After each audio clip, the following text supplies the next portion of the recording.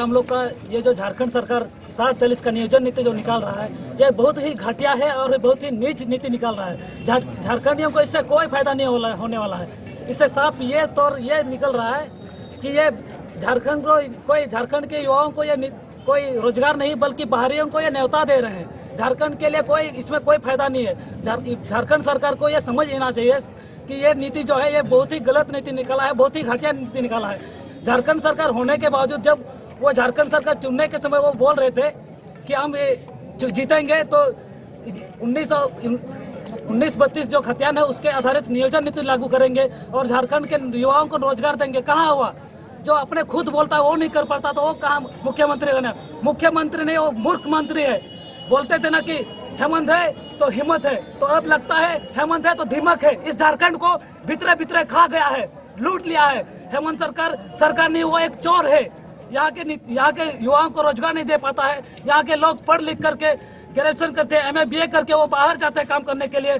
बाहर में वो मार खाते हैं, बहुत कुछ बाहर में उसको करना पड़ता है। झारखंड इतना संपत्ति होने के बाद, झारखंड में इतना खनिज लवण है, इतना संपत्ति होने के बाद यहाँ के नियोजन नीति का लागू नहीं कर पाता है। यहाँ के युवाओं को नहीं दे पाता है, रोजगार नहीं दे पाता है। ये बहुत घटिया की बात है और बहुत दुख की बात है। झारखंड सरकार को यहाँ के युवाओं को रोजगार देना चाहिए और हम लोग जब तक रोजगार नहीं देगा, ये 60-40 नियोजन नीति जब तक वापस नहीं लेगा और झारखंड के युवाओं के हित में नीति नहीं निकालेगा, हम लोग पर्दाफाश करते रहेंगे और उसका विरोध करते रहेंगे। उसका घर भी घिराव करेंगे और इसका जोरदार हम लोग विरोध करेंगे।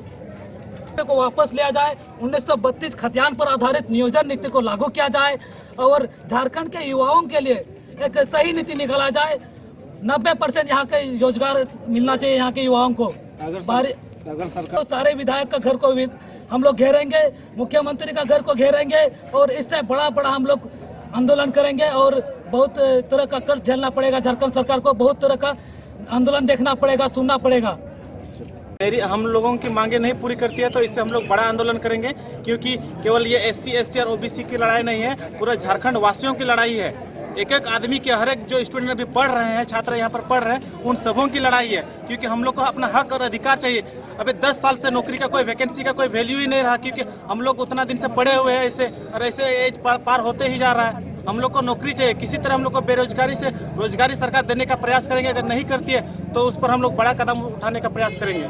पर BA MA करके B.Ed करके लड़का सब हम लोग पढ़े हुए हैं। हम लोग क्या मुर्गी और सुअर पालेंगे, अंडा बेचेंगे?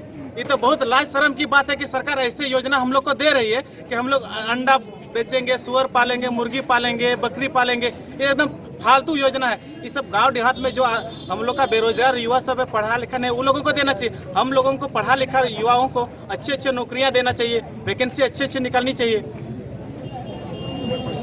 आगे की रणनीति यही रहेगी सर, क्योंकि हम लोगों का भी संथाल प्रमंडल बंद किए हैं। पूरे सभी जिला में बंद है। दुमका, गोड्डा, पाकुड़, साहेबगंज और सभी संथाल परगना जितने भी जिले हैं सभी बंद हैं। और अब अगला हम लोग का यही रणनीति रहेगा। अगर सरकार नहीं मानती है, हम लोग का ये नियोजन नीति को रद्द नहीं करती है 60-40 का, तो हम लोग यही मांग करेंगे। हम लोग झारखंड बंद का भी आह्वान करेंगे। सरकार को ये आगाह कर देना चाहते हैं।